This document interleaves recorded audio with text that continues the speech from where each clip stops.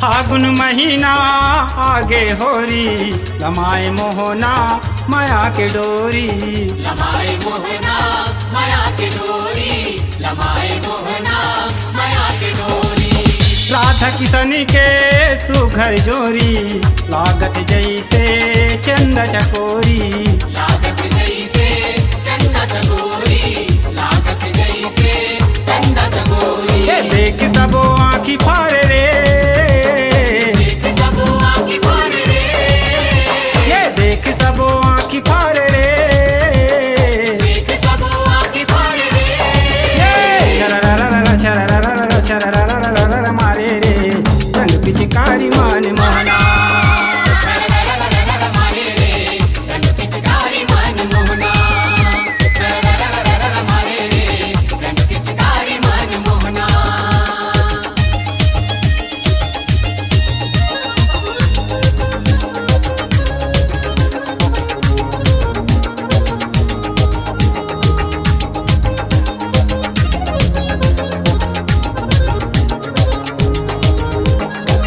बोले रथिया टूरा करिया जमुना जावत खोरे गगरिया, जमुना जावत भोरे गगरिया, जमुना जावत भोरे गगरिया। वो पिचका मारे बीच नगरिया चोली लहंगा भिज के चुनरिया, चोली लहंगा भिज के चुनरिया, चोली लहंगा भिज के चुनरिया। आँखी मारे सीटी पार रे, आँखी मारे सीटी पार रे, आँखी मारे सीटी पार रे, आँखी मारे सीटी पार रे। छररररर छररररर छररररर मारे रे रंग पिचकारी मान मोहना। मारे रे रंग पिचकारी मान मोहना,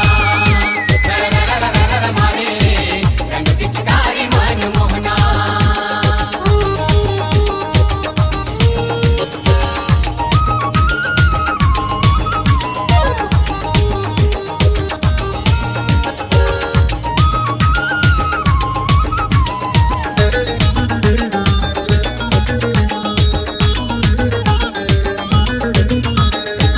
संगी जहुरिया गोपे ग्वाला संग नटवर नंद के लाला, संगमा नटवर नंद के लाला, संगमा नटवर नंद के लाला।